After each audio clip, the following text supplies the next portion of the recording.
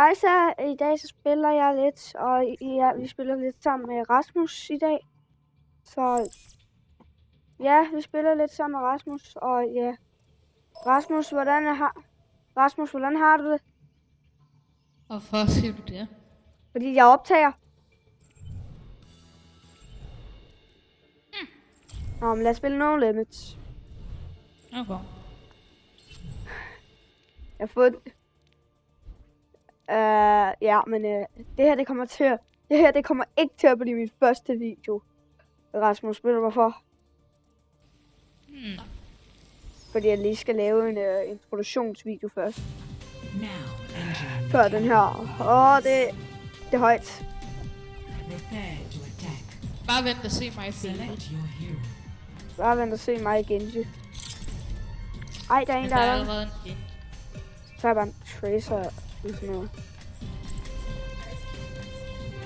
Og hvis der er nogen, der ser den her video, der ikke ved, hvad Overwatch er, så er det et meget godt spil. Og det er det, man kan sige om det. Det er et meget godt spil. Her vil du høre noget sjovt. Ja. På et tidspunkt lavede jeg faktisk en video. Og jeg ved ikke hvordan, men der var faktisk en, der så den. Den var sådan et halvt sekund lang. Og så var der en person, der rent faktisk gav en dislike. Jeg må spille... Jeg skal lige se, hvad klokken er. Hvad er klokken? Det har nu. Jeg må spille til klokken 12. Så den her video, den kommer til at blive sådan cirka 20 minutter lang. Men ja, vi kommer i hvert fald bare til at spille. Kommer til at spille til Harny. Ja. Det er lidt sjovt, at jeg så... Emma Cree. Skubber mig ikke ned. Haha! Du kan ikke skubbe mig ned. May the force be with you. Let the force be with you. Whip! Jeg er oppe her. Og jeg er ikke god til Tracer, det er bare noget, jeg spiller. Ah!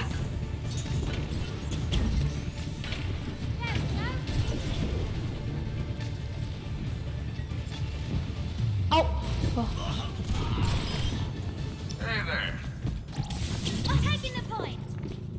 Jeg er allerede på point nu. Pas på Widowmakeren, der er der. Okay! Enemy turret smoking. Nej, jeg var en turret. Hvor var turreten overhovedet? Der er 2 turrets, der sidder fast i den. Jeg var i hvert fald på punktet lige før. Ja, jeg er bange. Og jeg er sådan... Turretsene kan ikke ramme. Turretsene kan ikke ramme en her. Jeg er faktisk om bag. Der er en, der skød mig. May the force be with you. May the force kill the sniper. Ja, lad os gøre det sådan. Oh Jesus. Oh Jesus. Jeg prøver faktisk at dræbe sniperen. Slap væk med info. Jeg dræber sniperen. Whoopa! Jeg har fundet deres teleport. Nej! Det så mærkeligt ud.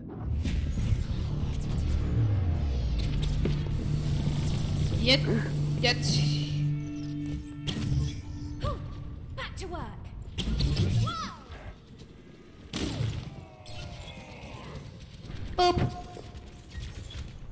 Og det her det er første gang jeg optager, men det bliver ikke min første video. Sådan. Oh, der var sniperen. Understood. Let's try that again. Let's try that again. Jeg har snart tøjt. Jeg kan skifte efter. Hvorfor bruger du så ikke bare? Jeg sagde det ikke til dig, jeg sagde det til soldateren. Han sagde mig ultimate. Jeg har fundet begge deres turrets.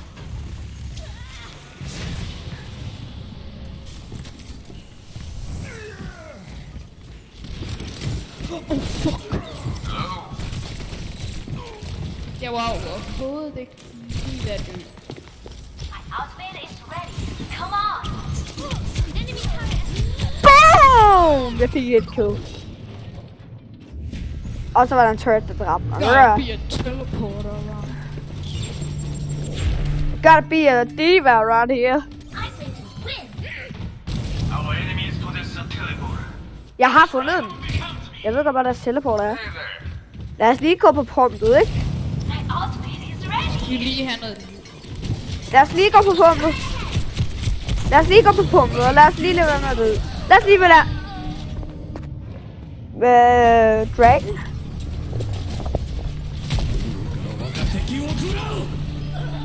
Jeg bliver skubbet lige ind i Dragon. 다시 한판 해보자고. Jeg kommer. Ah. Er du på pumpet? Nej. The objective is mine. Jeg Be døde. quick about it. Så skynd dig over på Okay. pumpet. Hvad har vi brug for? Vi har brug for en healer. Og for at jeg bliver stærk. Vi fik pumpet. Og for at jeg er den eneste, der er on fire. Du soldier, så nu er jeg ikke længere. Hello there. Men kom hen til mig, så kan jeg heale dig. Jeg dør. Jeg Jeg kan falder se, ud. du er på critic. Hjælp. Dør du? Nej. Jeg bliver healet. Jeg skal nok holde dig healet. Jeg tror lige, der er 2 turrets. Og en bastion. Oh fuck, der var en Station! Så går vi bare lige af pumpet. Jeg gemmer mig. My ultimate is ready.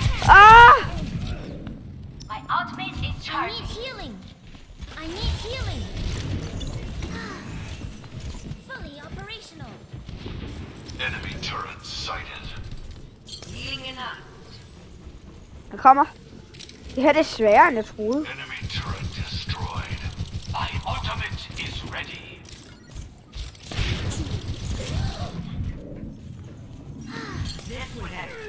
oh fuck, det var heldigt, at jeg lige nåede granate.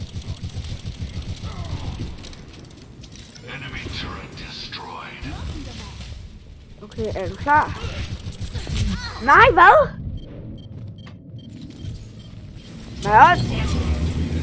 My ultimate, så er jeg også Okay, ready. der er en shield generator om bag det der rum. Det har jeg også set. Ikke længere, der er en dragon. Har vi fået shield generatoren?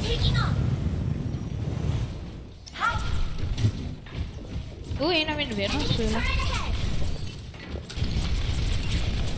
Men vi to vi spiller jo, mens vi skyper. My ultimate is charging. Hvor er den? Nu er jeg ude. Hvordan er der? Du får mig aldrig! Du får mig aldrig! Hvorfor er det, man ikke kan sleep turret? Fordi det er en turret. For helvede. Der var lidt. Out of Lad my være med map. at gå- lad være med at gå ind til den health pack ind til siden. Der er 3... Nej, der var faktisk 6 turrets. Jeg døde, så jeg kan ikke gå derind. Hvordan kan jeg være så dårlig? Er det fordi jeg optager? Jeg venter. Hvad? Er det fordi jeg optager, og jeg er så dårlig? Almost ready. Lagger du? Nej, jeg optager bare. Jeg lægger ikke. Det er mere den der lægger. Ja, det gør min så også. Nanoboost is ready. Get in there. and I'll hit you. Hit me og... Nej, ikke gør det endnu. Ikke gør det endnu.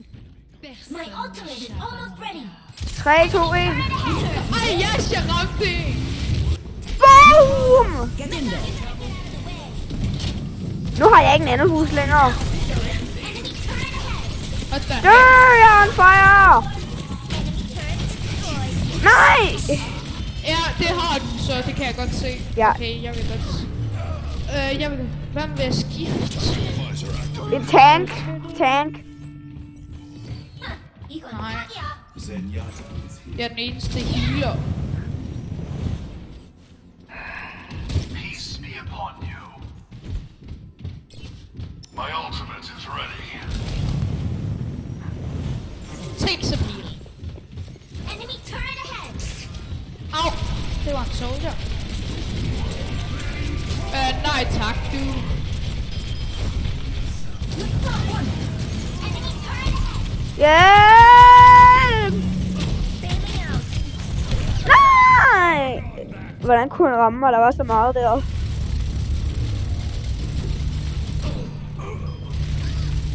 Ej, jeg fik noget. Kom nu. The turret is no more. Enemy turret ahead. The turret is no more. Alive. This objective has my name written all over it. Nej, hvad? Det der. Det er tid til at attack Symmetron. Skifter du til The true enemy of humanity is Kom disorder. nu, jeg skal have min teleporter, og så skal jeg have den bag ved pointet. Men du skal have en healing op. Boom. Kan du godt vente? My ultimate is charging. Nu når jeg hopper min ultimativ, så skal du bare grille så mange folk som muligt. Okay, kom, jeg kender et godt sted. Kom, den her vej. Nej, men jeg skal jo have... Jeg kan ikke nå for mit ultimate.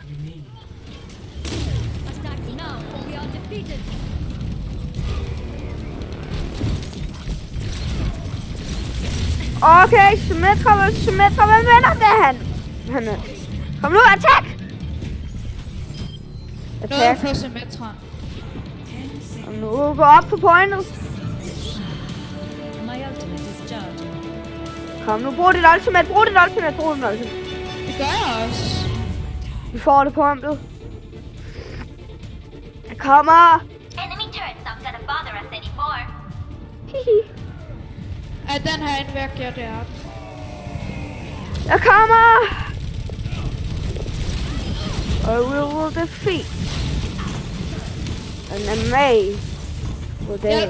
Turret in place. Jeg skal blive færdig, anymore. Kom nu, dæk! Kom nu. Ja, godt fucking tak for hjælp. Undskyld. Jeg har næsten min ultimativ igen. Ja, jeg har næsten mit ultimate.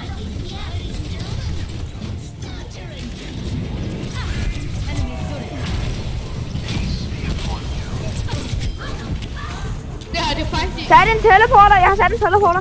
Skynd dig igennem. Igennem. Skynd dig, nej! Kommer. Så tæt på.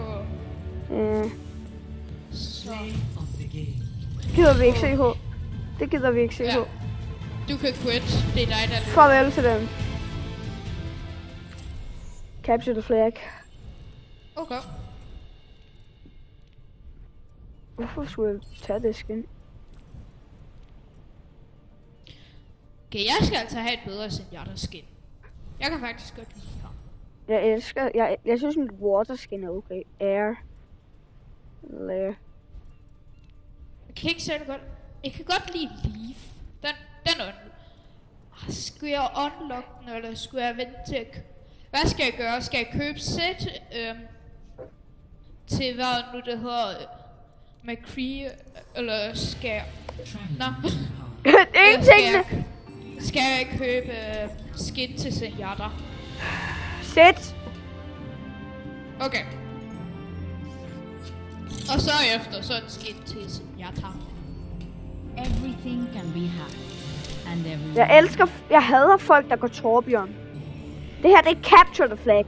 Ikke defend the flag. Jeg fik Torbjørn til Leaf. Hvordan gjorde du det? Ved at dræbe ham. Eller var lige ved at dræbe ham, så gad han ikke mere. Eller også så fandt han et nyt spil. Run, bitch. ¿Qué onda? Gotcha. Nej, han er friendly. Hola.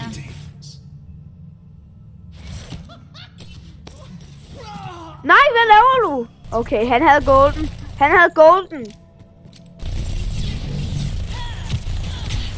Melee! Down Ja, for the count. maybe. You refuse to run. Jeg catcher objective. ¿Extrañaste? ¿Qué onda? Jeg mediterer på Hola. objective. ¿Qué onda? Jeg kan ikke meditere. I might use later. Au, der var en reaper. Jeg står bare stille. Jeg står bare stille, og så straffer vi. Han teabaggede! Wow. Han teabaggede. Det var Lucio, der teabaggede. We all make Hvad mistakes. er Lucions navn? Det er K-O-N-B-E. Også faldt ud. Now arriving at Lijiang Tower. Lee General Tower. Okay, I General det Nightmark. Battle. Select your hero. Mejsenhjerter.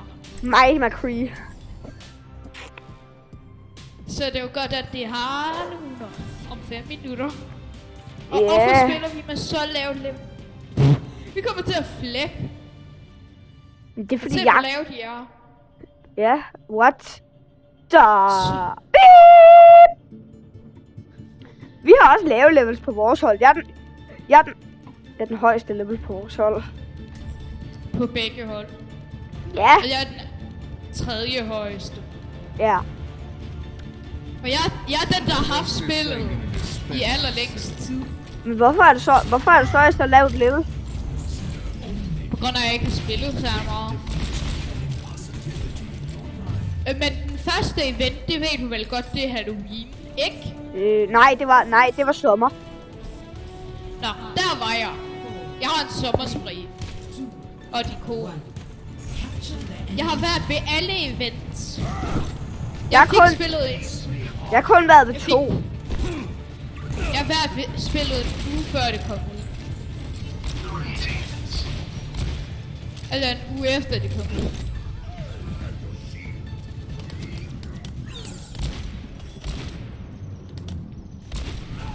Men har du jo din healing? Jeg er ikke en healer. Nej, du skal have din over. Nå.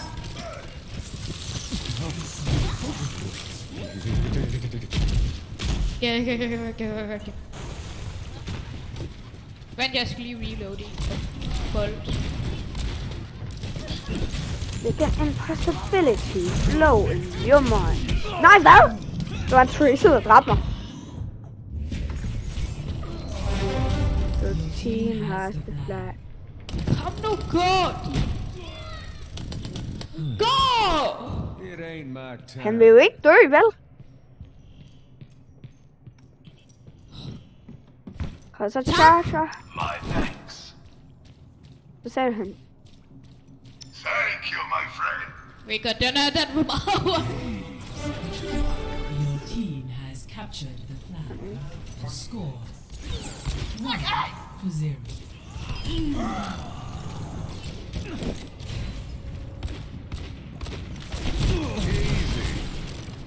Jeg har ikke fået et eneste kill endnu.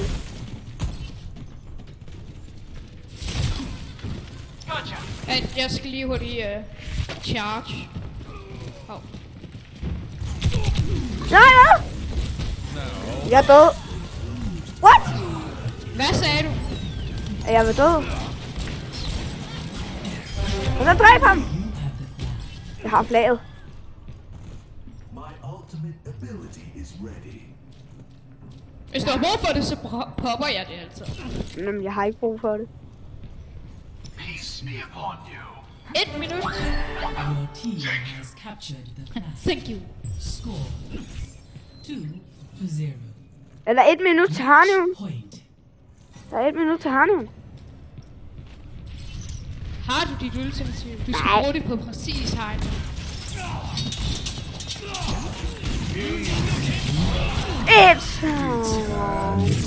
Er det Harnium? Var det Harnium? Nej, men Det er ligegyldigt. Hvem er det, der har Ved du flaget? hvad, jeg er ligeglad med dit liv, Nico. Nej! Vi venter. Ja, vi vandt. Vi vandt. Vi vandt lige præcis på Harnium. Så cirka lige præcis. Det er Harnium om 2 sekunder. Du har ikke engang en highlight Nu info. er det mig nu. Harnium! Du sagde, du var død, så dræber jeg ham. Dræber jeg ham. Så får jeg flaget. Om lidt. Så får jeg flaget. Så fik jeg flaget. Jeg rikkede bare alle ting. Jamen, jeg skal også, bye bye. Ved du, Jeg har en lootbox. Vi skal lige se, hvad Rasmus får i sin lootbox, og så er den her video altså. Ja. Så er den her video slut, så det bliver ikke en så lang video, og det er okay. Og nå, men Jeg fik lort. okay. Vi ses, Rasmus, og vi ses alle jer derude. Hej hej.